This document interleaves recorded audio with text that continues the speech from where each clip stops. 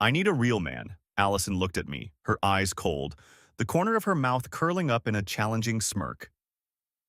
3 years of being together, and now she admitted she'd been sleeping with my boss for 2 months. I just stood there, silent. That morning, the city of Chicago was bathed in sunlight. I woke up early, brewed coffee as usual. A habit no one taught me, just something I found peaceful amid the chaotic whirlwind of life. Allison still hadn't come home. I wasn't worried, at least not before. She worked in PR and staying late was normal, but for the past few weeks, something felt off. Yesterday, while folding clothes in the living room, her phone buzzed. A message popped up on the screen. Jay, miss you already. Last night was amazing. I froze. My throat tightened as if something was lodged there. Not because of the message itself, but because I knew. It confirmed what I'd suspected for 2 months. That evening, Allison came home around 9, wearing a blazer I'd never seen before. A new perfume hit my nose. Expensive, not the kind she used to wear. I leaned against the kitchen doorway as she turned on the blender, trying to act normal. "What's for dinner tonight?" I asked softly, my eyes never leaving her. She turned around. For a brief moment, her shoulders stiffened. Then a smile spread across her face. Not the warm one I was used to, but a cold, arrogant grin. "So you finally figured it out, huh, Michael?" Her voice was light, like she was telling a joke. "Jay's my boss. And yes, I've been sleeping with him. For about 2 months now." I don't remember how long I stood there. Maybe a minute. Maybe a lifetime. "I need a real man," Allison went on, setting her smoothie on the table, looking down at me as if I were a failing student called to the chalkboard. Not the kind of guy who spends Saturdays gaming with Jacob or watching cartoons like a kid. A bang went off in my head. Not anger, but clarity. "Does Chloe know?" I asked, mentioning the mutual friend who introduced us. Allison laughed, a heartless laugh. "She's known for a while. Most of my friends know." I opened my phone, typed into the group chat with Jacob and Chloe. "Did you guys really know about this?"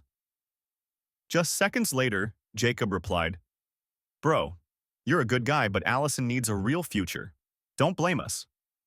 Chloe was shorter. "Hope you get it. Sometimes pain is what wakes you up." Allison was waiting for me to lose it. I could see it in her eyes. She wanted a scene, a drama to recount later with a coy tone and fake tears. But I didn't give her that. I smiled. A light, genuine smile. I went to the bedroom, grabbed the backpack I always kept ready for weekend trips, packed my laptop, a few clothes, wallet, and keys. As I passed the kitchen, Allison was still standing there, her eyes starting to show confusion. "Where are you going?" she asked, her voice unsteady. "Freedom," I replied shortly. "And keep the apartment, have Jay pay for it." I left the apartment we once called home. My phone kept buzzing, messages, calls, explanations, accusations. I turned it off. For the first time in months, I felt relieved. Sometimes, losing everything is how you realize you never had anything to begin with. 3 years ago, I first met Allison at Chloe's birthday party, the mutual friend I once thought would never betray me. Allison back then smiled so softly, her blonde hair tied high, holding a glass of red wine, her eyes watching me from across the room as if she already knew how the story would start. I remember that moment clearly, because it was the last time I felt like everything could be good. We started with tentative texts, then long, drawn-out dates at roadside pizza joints. She loved paintings. I loved movies. We both hated phoniness. And back then, I truly believed I'd found someone to walk the rest of the road with me. Allison was so different then. Or maybe, I only saw what I wanted to see. When we moved in together last year, I thought it was progress. One rainy afternoon, I asked her. She smiled, nodded, and brought 3 suitcases of clothes and a box of high heels. I had no idea I just opened the door to something that would destroy everything later. At first, living together was sweet like a sitcom. Allison liked planning dinners. I handled kitchen cleanup. She'd borrow my hoodies, snap selfies, and post them with captions as sugary as candy. Living with him is like living in a warm blanket year-round. Every comment had friends chiming in with congratulations. Chloe once messaged me privately, "You two are so cute, careful, or you'll end up married." I used to think so too, but then, little things started showing up. She began working late shifts, normal for PR, especially during campaign season. But then came the new perfume, a strong, masculine scent, totally unlike the light fragrance she used to wear. "Gift from the company," she said. I believed her. Next came new clothes, tight office dresses, not cheap, appearing without any shopping bags. I teased, "Got a sponsor?" She just laughed, brushed it off. "Work hard, spend nice too, right?" But the most suspicious thing was her phone. Before, Allison left it lying around the house, while showering, sleeping, even forgetting to charge it. Now, it was always in her hand or her bag. Sometimes mid-laugh with me, it'd buzz. Her eyes would shift instantly, cold as ice. Then she'd stand up, saying, "Gotta step out, work call." At first, I didn't think much of it, but then, one time, I walked up to hug her from behind while she was texting. My hand brushed the screen lightly. She flinched, spun around, yanked the phone from my grasp with a forced smile. "What's that?" "I'm in the middle of a work text." That was the first time I felt lost in my own apartment. I started paying attention. Girls' nights out suddenly became frequent. Names of friends she mentioned, I'd never heard of them. Long calls where she'd step onto the balcony and shut the door. Every time I doubted, I told myself, "Don't be that controlling boyfriend." But trust, once cracked, can never heal back to how it was. Then came that fateful night. Jay's message popped up, a stranger's name, ambiguous content, and Allison's evasive looks over the past weeks finally pieced together a full picture. It wasn't jealousy, it was realizing.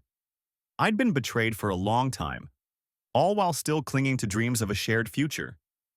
I used to think if Allison cheated, I'd yell, "Smash things," demand reasons. But no, I just stayed silent, saw everything clearer than ever, and realized she never chose me out of love, but because I was convenient, safe, easy to control. I thought my friends would stand by me, but I was about to learn. Losing a girlfriend was just the beginning. The real drama was still ahead. The name Jay flashed on the phone screen like a knife, not stabbing straight into my heart but slicing little cuts, deepening with each breath. "Miss you already? Last night was amazing. Jay," an unread message. The phone sat on the coffee table, a few steps away. Allison still wasn't home. I sat there, hands on my knees, watching the phone light up again, then go dark. I didn't touch it. Didn't need to. I knew exactly what was happening. When she walked in at 8:47 p.m., I was already in the kitchen, lights just bright enough. She hung her coat on the rack, walked past me without looking, as if nothing was wrong. "Eaten yet?" she asked, setting her bag down in the kitchen, starting her smoothie routine. I didn't answer, just stood leaning against the doorframe, watching her every move. When the blender stopped whirring, I spoke. "Who's Jay?" Just 3 words, but the air in the kitchen froze. Allison paused, her shoulders tensing slightly, so subtle only someone paying attention would notice. But then, she turned, her eyes full of triumph. "You finally asked," she smiled. But that smile was cold as steel. "Jay's my boss, and yes, I've slept with him. 2 months now." Each word she said was like a punch. Not a hint of remorse, not a second of hesitation. I stood silent, my mind racing with everything, but the only feeling was emptiness. Allison stepped forward, placed her smoothie on the table, crossed her arms. "I need a real man." Her voice was flat, like she'd rehearsed it. Not the type who spends weekends gaming with Jacob or watching cartoons and passing out on the couch. I gave a faint laugh. Not happy, not sad, just realizing. She'd prepared this speech long ago. "Does Chloe know about this?" I asked. "She knows," Allison shrugged. "Known for a while, most of your friends know." I went numb. "Chloe, who introduced us." Jacob, my college best friend. The whole group we'd hung out with, celebrated with, barbecued with in my backyard last summer. They all knew and stayed silent. I opened the group chat. You guys really knew about Allison and Jay? Seconds later, Jacob texted, Bro, you're a good guy, but Allison needs a clearer future. Don't let emotions cloud your judgment. Chloe followed. Hope you understand. Sometimes pain helps you grow. I looked at the phone, set it down, looked up. Allison was watching me, the corner of her mouth still curved. She was waiting for me to snap. She wanted me to scream, break things, throw a glass at the wall, so she'd have a story to tell her friends about how I was the crazy ex after the breakup. I didn't give her that. I went to the bedroom, pulled my backpack from under the bed, the one always ready for weekend getaways. I packed a few clothes, laptop, charger, wallet, keys, all in under 5 minutes. As I passed the kitchen, I stopped. Allison looked at me, her smile faltering slightly. Where are you going? She asked, her voice shaky for the first time. Freedom, I answered. The apartment. Keep it. Have Jay pay for it. I left. Didn't look back. Didn't respond to the calls trailing behind me. I drove out of the apartment complex. Chicago's night sky faintly bright with city lights. But inside me was a complete, silent darkness. My phone kept buzzing nonstop. Texts, calls, from Allison, Jacob, Chloe. I turned it off. In that moment, I understood. Love didn't betray me. Trust didn't betray me. I betrayed myself by letting myself believe in something fake for 3 years. I didn't know where I'd go, just knew. I was leaving what I'd called life. And the strangest thing was, I felt relieved. 2 days without turning on my phone. 2 days living in a small room on the west side of the city, in an old neighborhood near the train station. The motel was called Silver Oak, with a flickering neon sign and an elderly owner named Pete, who handed me the key without asking a single question. Room 6, lock sticky, gotta push hard and twist. Free coffee every morning here, but it's only the bitter kind, like life. He laughed hoarsely, then shuffled off, leaving me with a chilly room, just a single bed, an old TV, and a humming heater. I turned my phone on the morning of the 3rd day. 32 missed calls. 47 messages. A list of familiar names. Allison, Jacob, Chloe, a few unsaved numbers. But what shook me most was the flood of notifications from Instagram, Facebook, and Twitter, platforms I rarely used, now suddenly a battlefield. Allison had gone live. Her stories were accusations, photos of corners of the house, hazy lighting, captions dripping with tears. 3 years living under control, stalked, phone checked, forced to split every bill even though he earned double. I've stayed silent long enough. Now it's time I stand up. Hundreds of comments below each story. Stay strong, girl. So brave. That kind of guy doesn't deserve anyone. I read them, feeling empty inside. She earned more than me, was the one who insisted on splitting costs to keep independence in the relationship, once saying, splitting everything is sharing responsibility. I don't want to live off anyone. And now she'd turned that into a crime. But it didn't stop there. A 2-minute video filmed in our old bedroom, now apparently a set for her tearful confession. Allison crying, eyes red, voice trembling. I was forced to distance myself from friends, living in doubt and fear. He never hit me, but the words, the coldness, that's what made me lose myself bit by bit. Comments below even tagged the company I work at. I got a text from Gemma, a longtime coworker. You should check your company email. Something's up. I opened my laptop, went to my internal inbox. An email titled, Important, Establishing a Safe Work Environment. Company-wide notice. No names mentioned, but the last line was a clear hint. We are receiving reports regarding disrespectful behavior and mental harm in the workplace, and will address all violations with strict measures. I sat there, hands on the keyboard, unmoving. Wind slipped through the window crack, chilling the back of my neck. That afternoon, I decided to grab some personal stuff from a storage unit near the old place. Coats, a few books, an old camera I'd given Allison that was now tossed in a box. While fumbling in the parking lot out back, a Toyota Camry pulled up. The window rolled down. The driver was a woman, light brown hair, sharp eyes, wearing a cream trench coat. Juliana, Allison's best friend. Someone I thought had completely cut ties. "Michael," she whispered, her eyes darting around like she was afraid of being seen. "You need to be careful. Very careful." I straightened up, wary. "What do you mean?" "Jay isn't just Allison's boss. His wife has power. A lot of it." She hesitated, then continued. "And Allison's telling her that you are unstable, prone to violence." My eyes widened. "You just said Jay's wife?" Juliana nodded slowly. "This isn't the first time. Before you, there was someone else. Slandered until he had to leave the city. That night, I didn't sleep. I researched Jay's company, traced information, dug through Allison's old comments, tagged photos with strangers, groups she'd joined. A name came up, Mark L. All accounts deleted over a year ago. No trace left. I clenched my jaw. This time, I wouldn't run like Mark. The next morning, I got a message from an unfamiliar Instagram account.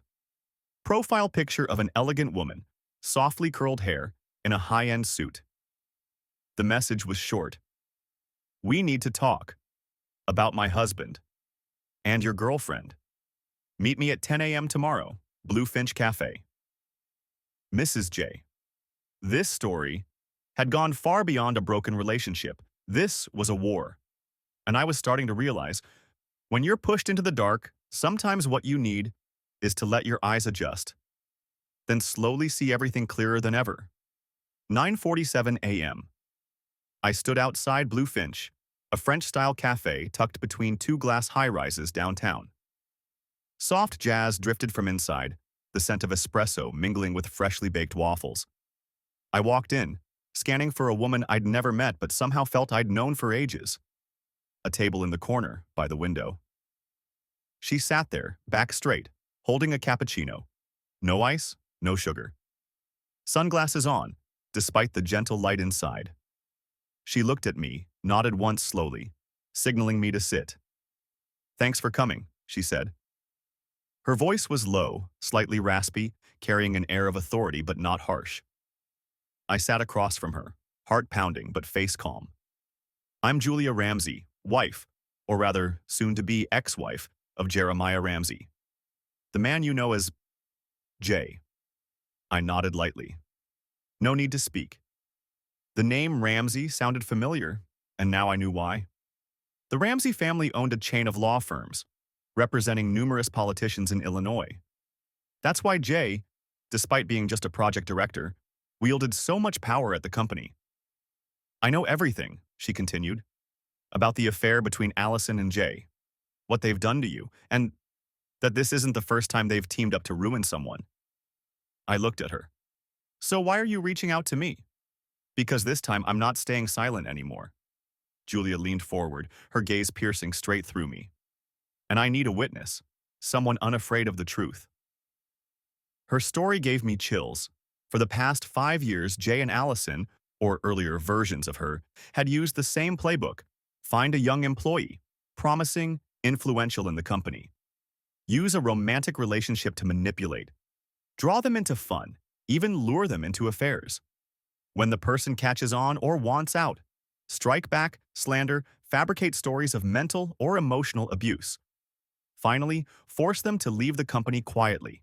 Reputation smeared, career record twisted. That way, Jay eliminated threats to his position. And Allison?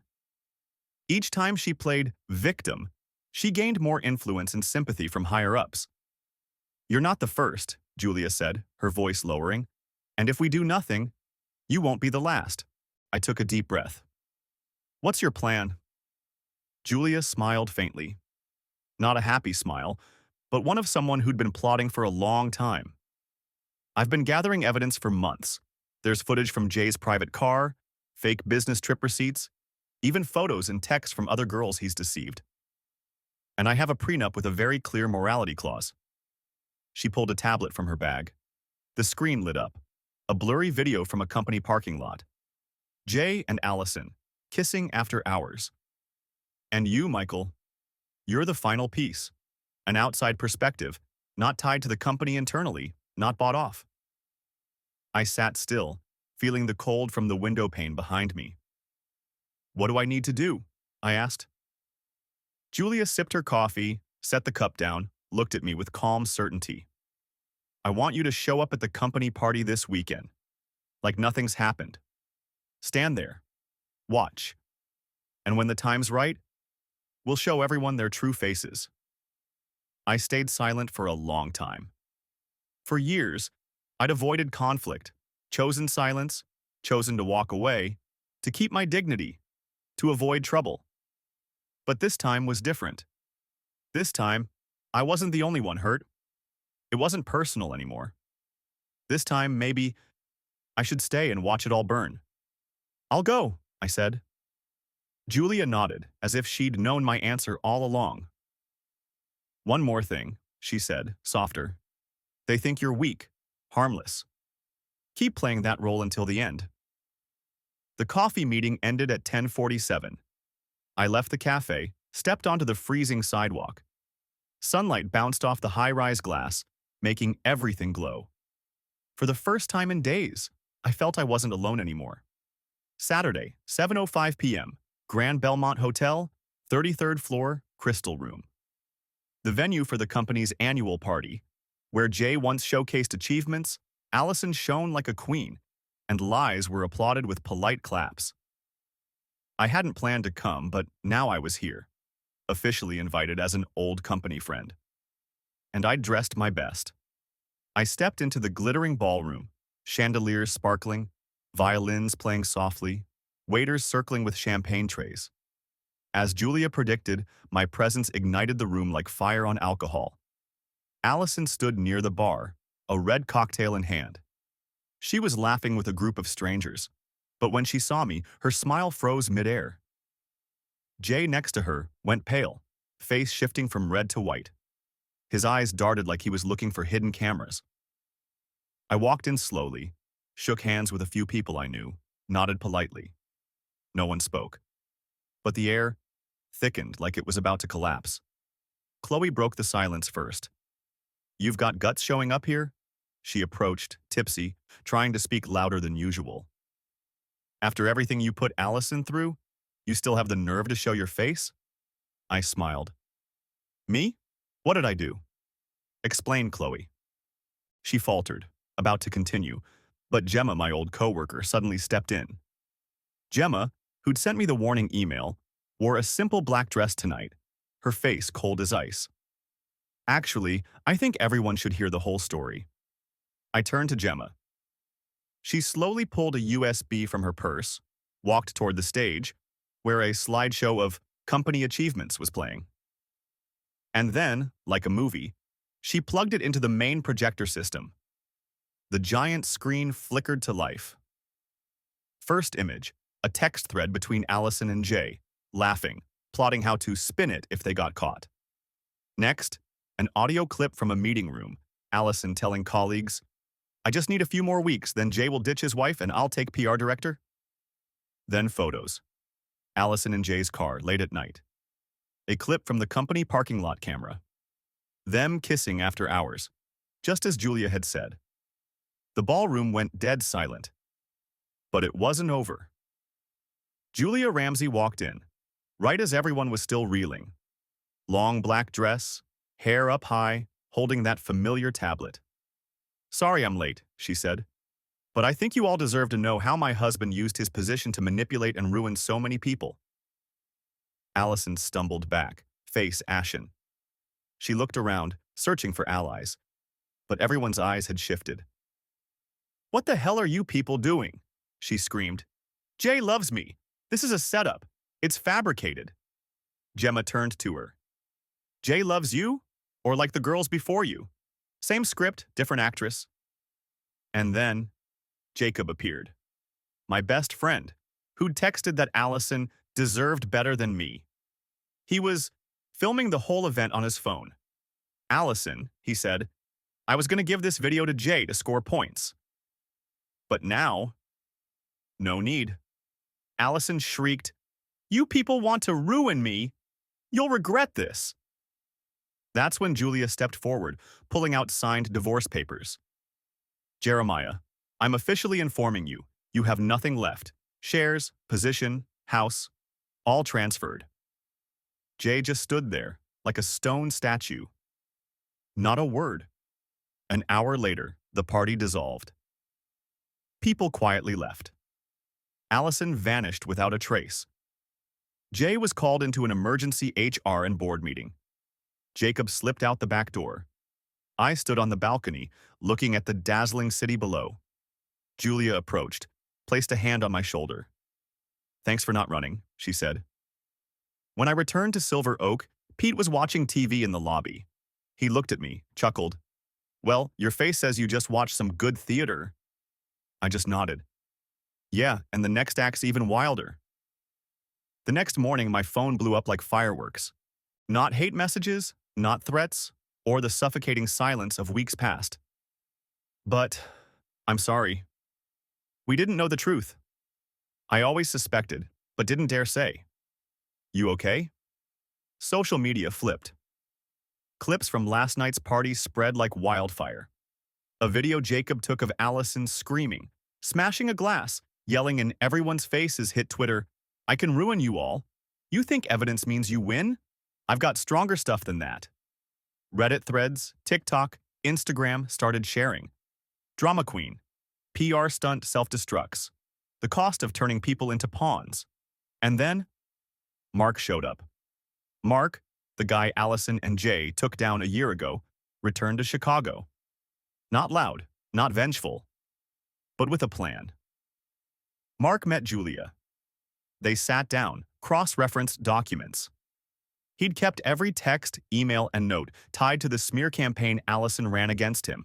From accusations of harassment to internal chats she faked to clear the way for Jay's promotion. 2 days later, an official lawsuit was filed. Not just Mark's. 3 other ex-employees, who'd left the company silently, filed too. All followed the same pattern. Illicit affairs, manipulation, fabrication, isolation, forced exit. Julia, backed by her private lawyer, bundled them into a class action suit. Meanwhile, Jay and Allison's company crumbled faster than expected. The board, fearing a widening scandal, suspended both immediately that week. The media didn't focus on the love triangle, but on internal harassment, abuse of power, toxic workplace culture. One industry paper headlined, From creative director to scandal icon, Jeremiah Ramsey and his power games with a young employee. And then, Allison spoke up. She posted a new video, not crying like before, but full of rage. I'm the real victim. Jay manipulated me, promised a divorce, then dumped me on the street. I only did what he asked. Comments below split. Some still believed her. She's a girl used by a man. Others hit back hard. No one forced her to frame others. She laughed at people's pain. Now it's karma. But the fatal blow came from Juliana. She, Allison's best friend, had stayed silent, on the sidelines. But after the party, she faced relentless questions, even got dragged into leaked chats. Finally, she posted a series of screenshots from private conversations. Allison bragging about taking down Mark, Allison planning to bait me into snapping for footage, Allison mocking Julia as a clueless old hag. Social media exploded. A new hashtag emerged. #Allison unmasked - Allison exposed. 3 days later, Allison showed up at Silver Oak. Pete called me. That girl's out in the parking lot. Swollen eyes, holding a folder, says she needs to see you. I went back, saw her sitting on my car hood, hair messy, eyes red, clutching a yellow envelope. Allison, I said, calm. I've got nothing to say to you. I have proof about everyone behind this. I can save you, Save myself, if you help me. I smirked. I don't need saving. I live real. You're used to living behind a mask.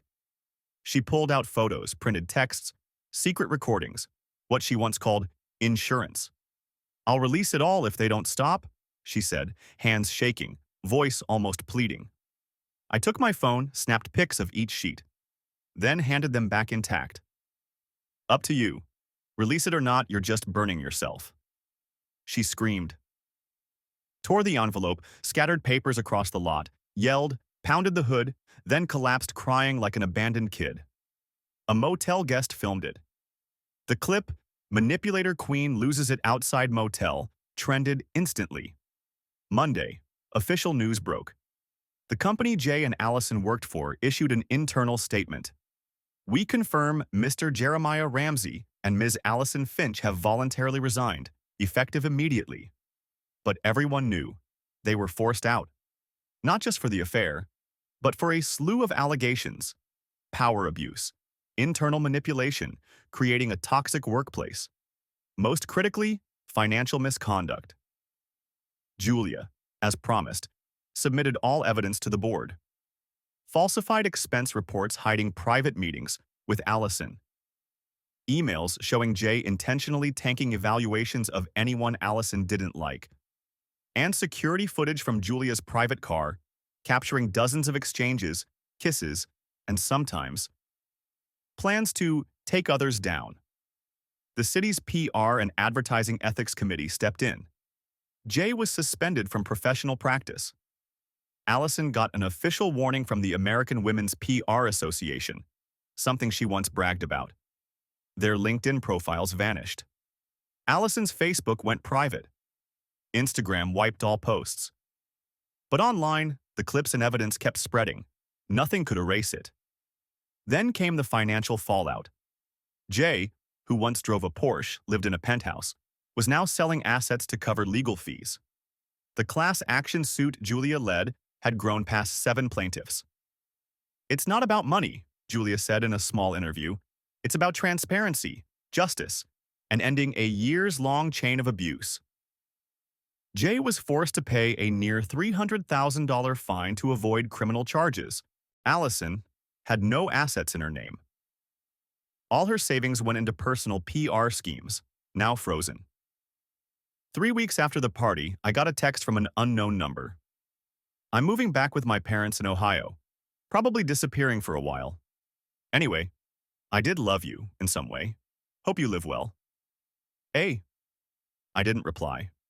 Jacob, after online backlash for the "betraying friends" clip, deleted his accounts, filed for leave due to mental health reasons.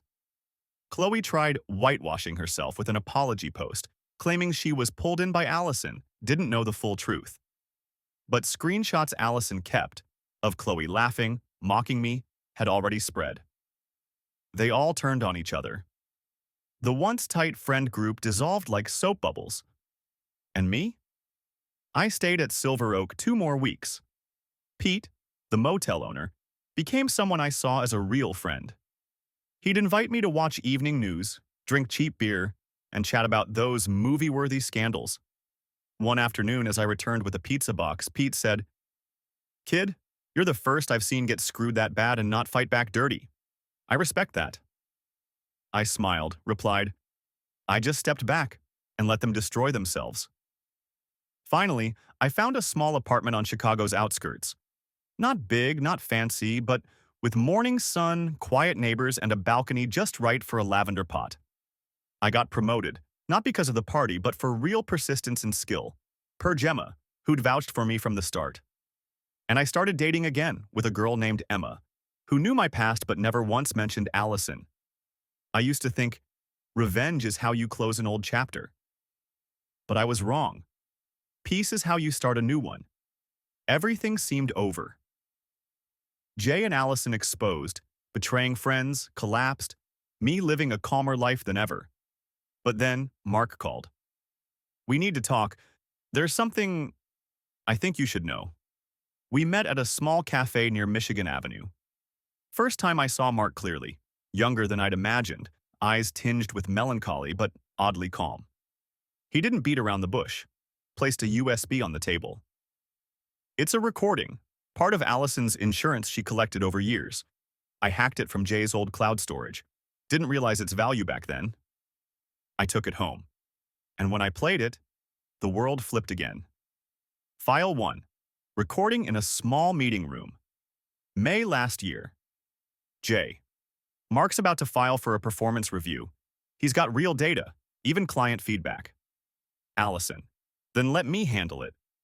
I'll stir things up with the team, say he's got uncomfortable behavior. If someone says he stared weirdly in the elevator, even better. Jay. Small laugh. You're so smart. Reminds me why I picked you. Allison. Icy voice. Not because I'm smart, because you need someone to do the dirty work and keep your hands clean. I sat motionless at my laptop.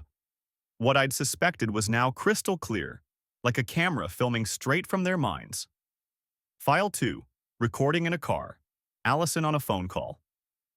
Allison. Jay thinks he's the center of the universe. Without me, what could he do? Every time he wants someone gone, I'm the one plotting. Those old friends are dumb. Chloe even believed I was abused by Michael. One tear, and they all bought it hook, line, and sinker. Loud laugh.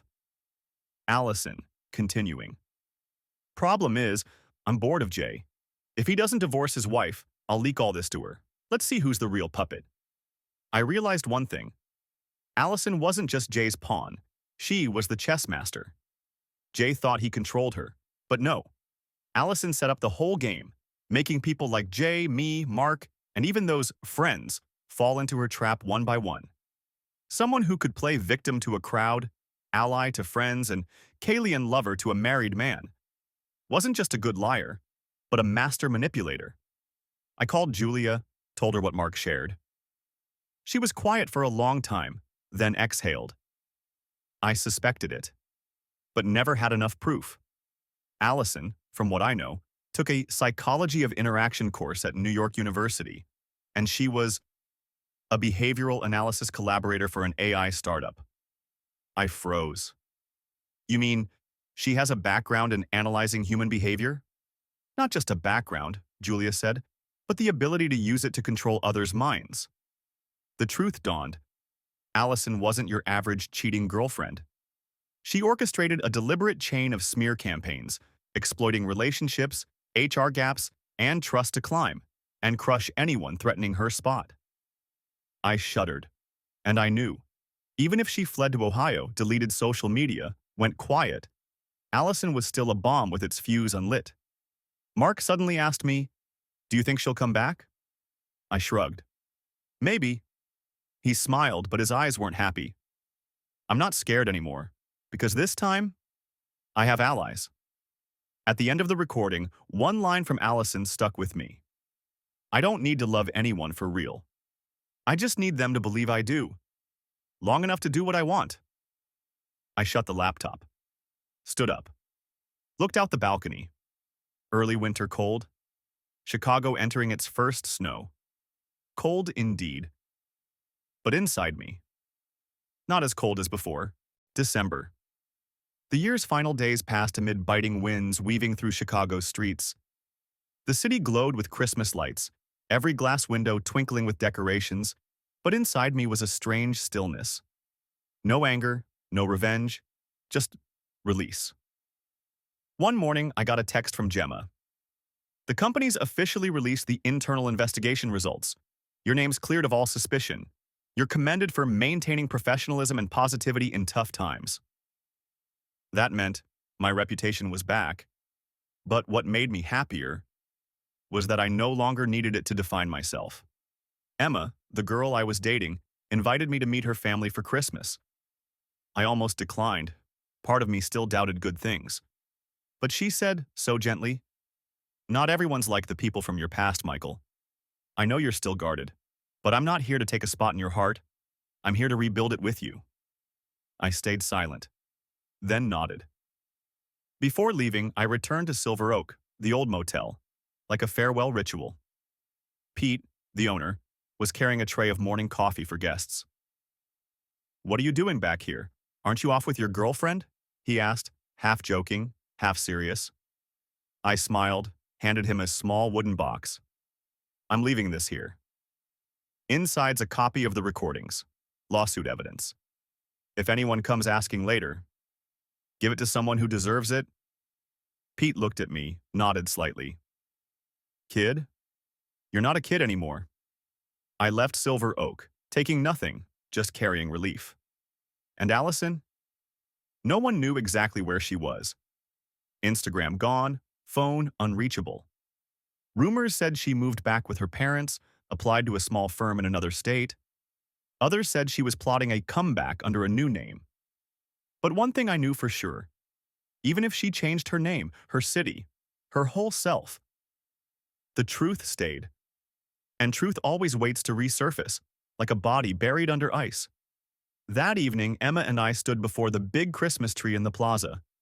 She held my hand, eyes sparkling as if winter was never cold. I leaned down, kissed her forehead, light as mist. Thank you, I said, for not coming to a perfect man, but to one learning to heal. One New Year's morning, I sat by my new apartment's window, light streaming in slowly, like opening a book chapter.